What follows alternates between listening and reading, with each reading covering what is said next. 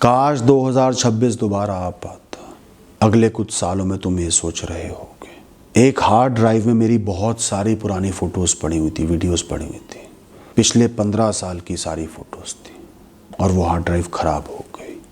हजारों फोटो अलग अलग समय पर, अलग अलग जगहों पर, अलग अलग लोगों के साथ खींची थी, ये सोचकर कि यादें बन जाएंगी, भविष्य में सुख देंगी।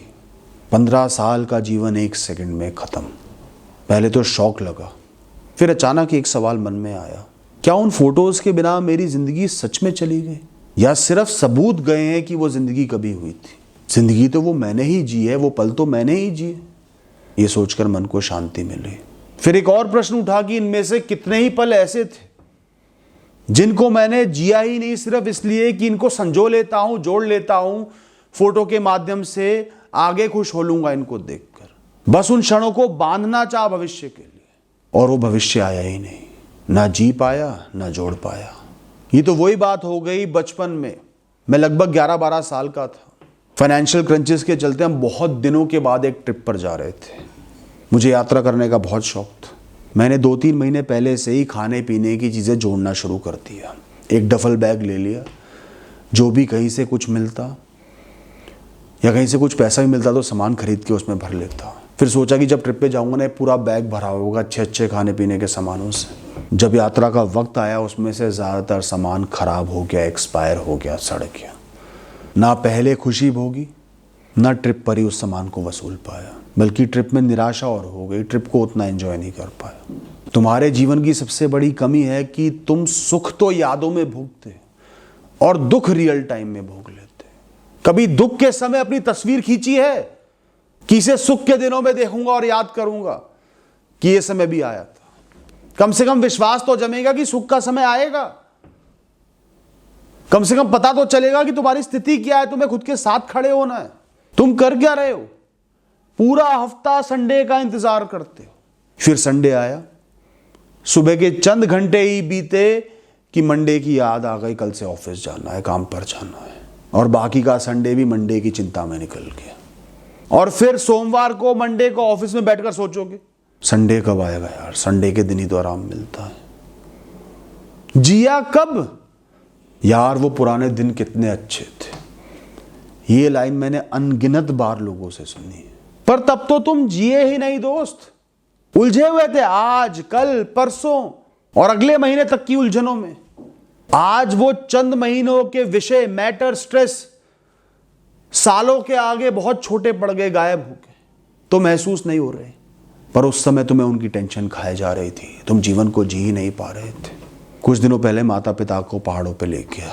आसान तो नहीं है पिताजी की सेहत के साथ, पर बहुत इच्छा थी मेरी।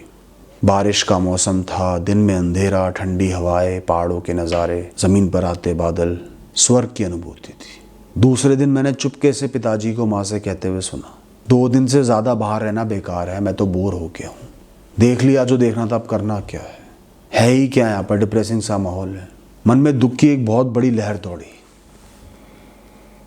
कि इतने एफर्ट लगाए मैंने और रिजल्ट ही निकला। फिर कुछ सोचा और हंसी आ गई। मैंने कुछ नहीं किया, सिर्फ भविष्य प्रेडिक्ट करती। घर जाकर अगले ही दिन या अगले कुछ दिनों में पिताजी कहेंगे, इतना आनंद कभी नहीं आया, कितना अच्छा मौसम था, काश और रुक जाते, ईश्वर करे वहां जल्दी जाना हो दोबारा। यहाँ शहर की गर्मी और गंदगी में अच्छा नहीं लगता। ठीक वैसा ही हुआ। पहाड़ नहीं बदले, उनका माहौल नहीं बदला, पिताजी नहीं बदले, बस वर्तमान याद बन गया। तो इससे पहले कि वर्तमान याद बन जाए, उसको पूर्ण तरीके से भोग लो। यादों में जीने वाले लोग कभी जी ही नहीं पाते। हमारे दिमाग की जो ट्यूनिंग है ना, वो हमें सुरक्षित रखने के लिए बनी है। हमें दुखी रखना उसका बिल्कुल भी उद्देश्य नहीं है। पर कभी कभी सुरक्षा की आदत ना जीवन का रस छीन लेती है।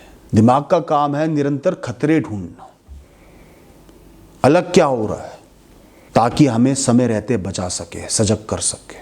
झाड़ियों में छुपे खतरों से लेकर जीवन में क्या क्या मिसिंग है तक की यात्रा तय करी है हम इंसानों ने। दिमाग का काम कमी ढूंढना है जीवन में, ताकि हम प्रोग्रेस करें, इन्वेंट करें, इनोवेट करें, इस प्रकृति में नए की खोज करें। पर हम करते हैं क्रिब, और डिससेटिस्फैक्शन से हमारा चेहरा मुरझा जाता है। ये कमी है, ये कमी है, ये कमी है, कमी ही कमी है। आपने सोचा भी नहीं होगा पर आप हर समय हर क्षण सबकॉन्शियसली ढूंढ रहे हो वो जो गलत हो रहा है, वो जो अपेक्षा से कम मिल रहा है, वो जो कल बेहतर हो सकता है, वो जो बीते हुए कल में बेहतर था, वो जो दूसरों के पास ज्यादा है, वो जो थोड़ा कम रह गया, वो जो खो दिया, वो जो पाना मेरा हक था पर मिला नहीं, वो जो मेरी खुशी को कंसिस्टेंट होने से, हर क्षण स्टेबल होने से रोक रहा है, परमानेंट होने से रोक रहा है। और इसी तलाश में जो हमारे सामने है, जो बहुत सुंदर है, सालों साल याद करने की योग्य, हम उसे भोग ही नहीं पाते, यादों के लिए रिजर्व कर लेते हैं, सोच के खुश हो लूंगा। इसलिए ही पहाड़ों में भी बोरियत दिख जाती है, बारिश भी डिप्रेसिंग लगने लगती है। 100 बार सम्मान देने वाले का सिर्फ एक बार इग्नोर कर देना याद रहता है, 100 बार प्रेम दिखाने वाले का एक बार डांट देना याद रहता है और चुपता रहता है। सहूलियतों से भरे दिनों में सिर्फ अगले चंद दिनों में खत्म हो जाने वाली टेंशन दिमाग में घूमती रहती है। अगली बार जब तुम्हारा दिमाग तुमसे बोले ना बस एक ये प्रॉब्लम सॉल्व हो जाए ना, तो जीवन बन जाएगा। रुकना और खुद से पूछना, क्या इस प्रॉब्लम के जाने के बाद कोई और प्रॉब्लम कभी जीवन में नहीं आएगी? और क्या उस आने वाले समय में ये वाली प्रॉब्लम छोटी और ये दिन बेहतर नहीं लगेंगे? जब एक पल सच्चाई से यादों में पहुंच जाता है ना, तब पहली बार उसमें से खतरे का भाव गायब हो जाता है। There is no danger left. रंग थोड़े फीके जरूर हो जाते हैं पर खतरे के ना होने के एहसास से वो बहुत सुंदर लगने लगता है। अगर यादों को इतनी ताकत देना ही चाहते हो जीवन में, तो तुम्हें बुरा समय देखना ही नहीं पड़ेगा। बुरा समय आते ही अच्छी यादों में खो जाओगे और मेहनत करते रहोगे। मन में सोच लिया, अच्छा पल जी लिया, कुछ इमेजिन कर लिया और उसे सच मानकर खुश हो गए, पर तब तुम्हारी मानसिक शक्ति हल्की पड़ जाती है। तुम कहते हो ऐसा कैसे सोच लूं भाई, दुख भोगूं और सोच लूं कि खुश हो रहा हूं। ये डबल स्टैंडर्ड्स क्यों हैं दोस्त? खुशी के पल तो न जाने कैसे कब में को बीत जाते हैं, पता ही नहीं चलता, फास्ट फॉरवर्ड हो जाते। और चिंता, चिंतन या दुख सालों तक घड़ी को हिले ही नहीं देते। पिताजी ने पहाड़ों पर रहकर कोई गलत बात नहीं कही थी। वहां शहर के मुकाबले बोरियत थी, एक खालीपन था, पर हम वहां गए ही क्यों थे? भागती जिंदगी को थामने और उस थमी हुई जिंदगी को सुकून से निहारने, क्योंकि वो सुंदर है। जब भी जीवन में खुशी का समय आता है, मुझे सच बताना, क्या तुम वाकई में उसे भोगना चाहते हो, जीना चाहते हो उसे, या सिर्फ शेयर करना चाहते हो, स्टोरी डालना चाहते हो, क्लिक करना चाहते हो, होल्ड करना चाहते हो भविष्य के लिए? सच ये है, हम जी ही नहीं रहे। सुख सिर्फ दिखावे के लिए और यादों के लिए है, और दुख भोगने के लिए। खुद के दुश्मन हो क्या?